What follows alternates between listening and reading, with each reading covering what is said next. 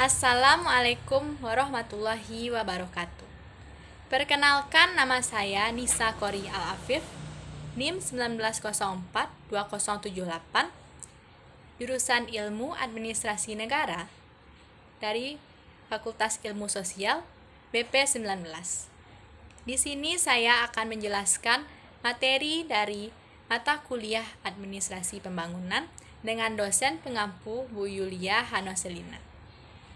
Baiklah, kita masuk saja pada materi pertama, yaitu mengenai berbagai sasaran administrasi pembangunan. Ada 7 sasaran administrasi pembangunan berdasarkan ciri-ciri administrasi pembangunan, yaitu yang pertama, lebih memberikan tekanan atau perhatian terhadap lingkungan masyarakat yang berbeda-beda, terutama bagi lingkungan masyarakat di negara-negara berkembang. Salah satunya adalah Indonesia, yang merupakan salah satu negara berkembang di mana terdapat ras, agama, suku, dan pendapatan yang berbeda-beda. Pemerintah harusnya dapat membuat pembangunan dilakukan secara merata dalam masyarakat. Tak hanya di pusat saja, namun juga dapat menjangkau masyarakat dari pulau-pulau terpencil sekalipun. Sehingga masyarakat tidak merasa mendapat perlakuan yang diskriminatif, yang nantinya akan memicu demo, protes, kurangnya kepercayaan dari masyarakat pada pemerintah. Yang kedua, berperan aktif terhadap tujuan pembangunan, baik dalam perumusan kebijakan maupun dalam pelaksanaannya yang efektif, bahkan ikut serta mempengaruhi tujuan pembangunan masyarakat dan menunjang pencapaian tujuan sosial, ekonomi, dan lain-lainnya yang dirumuskan lewat proses politik. Maksudnya adalah, pemerintah semestinya turun langsung dalam pembangunan untuk meninjau jalannya pembangunan. Apakah sudah sesuai dengan kebijakan serta perencanaan yang ada atau belum? Apakah dapat menunjang pencapaian tujuan sosial dan ekonomi dalam masyarakat atau belum? Yang ketiga, berorientasi pada masa depan, terutama dalam usaha-usaha yang mendorong perubahan ke arah keadaan yang dianggap lebih baik untuk suatu masyarakat pada masa depan. Dalam hal ini, pembangunan harus menitikberatkan pada masa depan, atau berfokus pada bagaimana dampak positif dari pembangunan ini ke depannya. Apakah berkembang ke arah yang lebih baik atau tidak? Apakah dapat membawa keadaan yang bermanfaat bagi masyarakat dan negara atau belum? Yang keempat, lebih berorientasi pada pelaksanaan tugas pembangunan dari pemerintah. Maksudnya, administrasi pembangunan di sini lebih memfokuskan untuk merumuskan kebijakan, pembangunan, dan pelaksanaan yang efektif dan mampu mengendalikan instrumen-instrumen untuk mencapai tujuan pembangunan.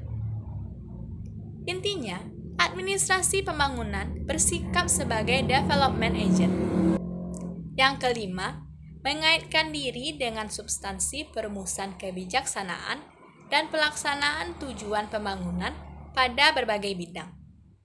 Pemerintah harus dapat membuat pembangunan yang bisa mewujudkan tujuan nasional negara Indonesia, baik di bidang ekonomi, sosial, budaya, ataupun melaksanakan isi dari program-program pembangunan dengan cara yang efektif dan efisien.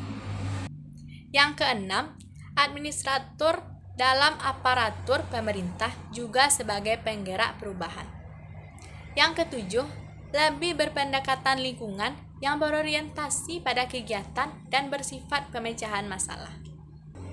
Baiklah, kita masuk pada materi selanjutnya, yaitu mengenai aspek-aspek administrasi negara yang menjadi sasaran administrasi pembangunan.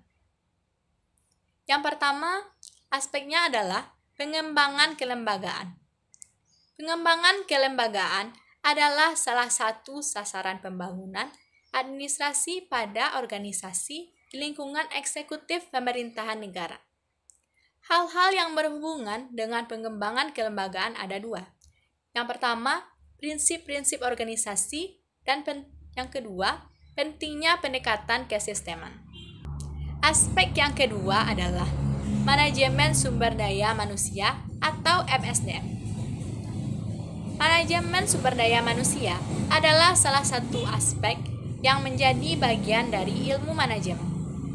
Manajemen sumber daya manusia memfokuskan pada pengaturan peranan sumber daya manusia, dan manajemen sumber daya manusia menitikberatkan perhatiannya pada faktor produksi manusia dengan segala kegiatan yang dilakukan untuk mewujudkan pencapaian tujuan dari organisasi.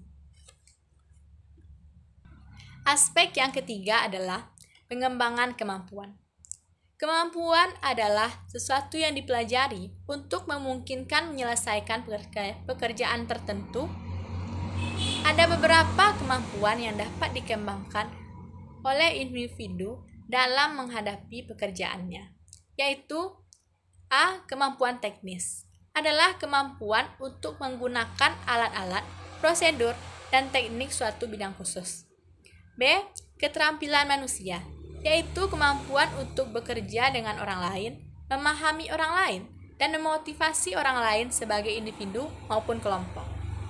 C. Keterampilan konseptual, yaitu kemampuan mental untuk mengkoordinasi serta memadukan kepentingan dalam kegiatan organisasi.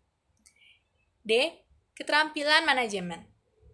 Seluruh kemampuan yang terkait dengan perencanaan, pengorganisasian, penyusunan kepegawaian, dan pengawasan termasuk dalam kemampuan mengikuti kebijaksanaan dan melaksanakan program dengan anggaran terbatas.